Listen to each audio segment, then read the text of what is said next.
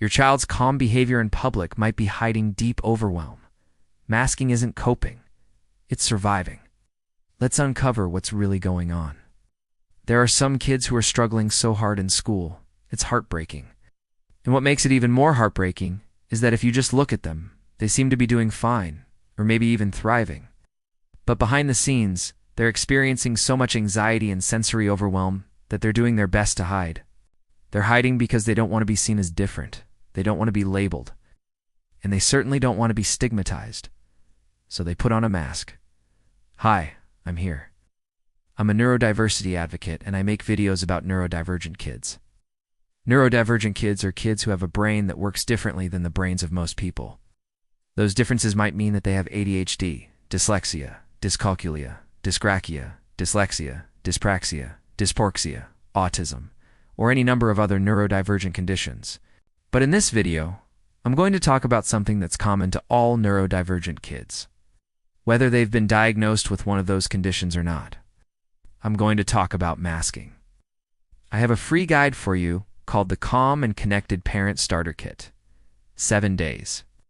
To reduce stress and support your neurodivergent child.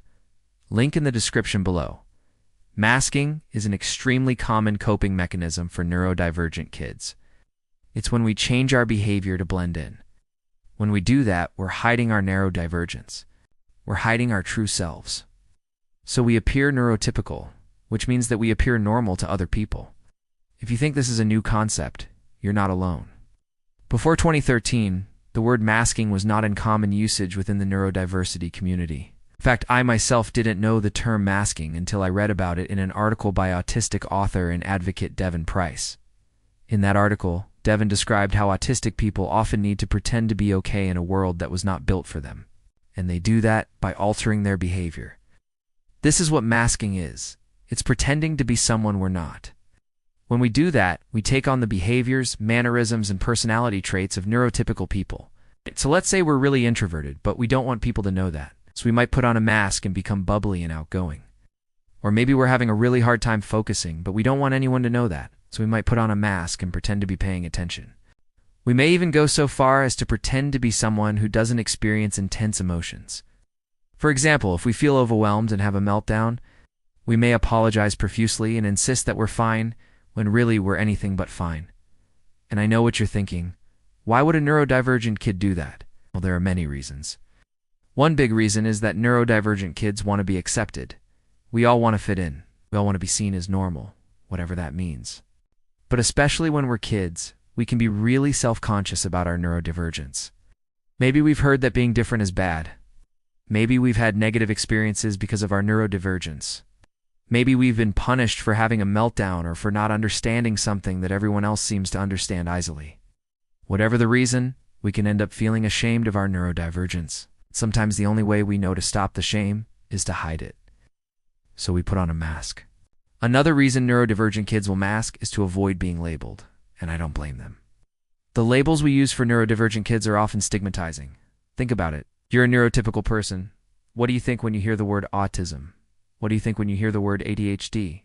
We use these labels as shorthand, but the thing is, as shorthand, they erase the humanity of the people that they describe. People with autism aren't autism. People with ADHD aren't ADHD. People with dyslexia aren't dyslexia. They're human beings who happen to have brains that work differently than the brains of most people. And it's important to remember that, because neurodivergence isn't a bad thing. It's a different thing, and neurodivergent kids know that. They know that they're not their diagnosis. So to avoid being labeled, they may hide their neurodivergence. They may put on a mask.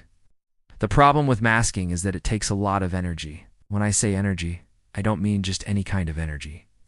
I mean emotional and mental energy. And these are things that neurodivergent kids already struggle with. Let me illustrate what I mean with an example. Let's say we have a neurodivergent kid who has dyslexia and ADHD.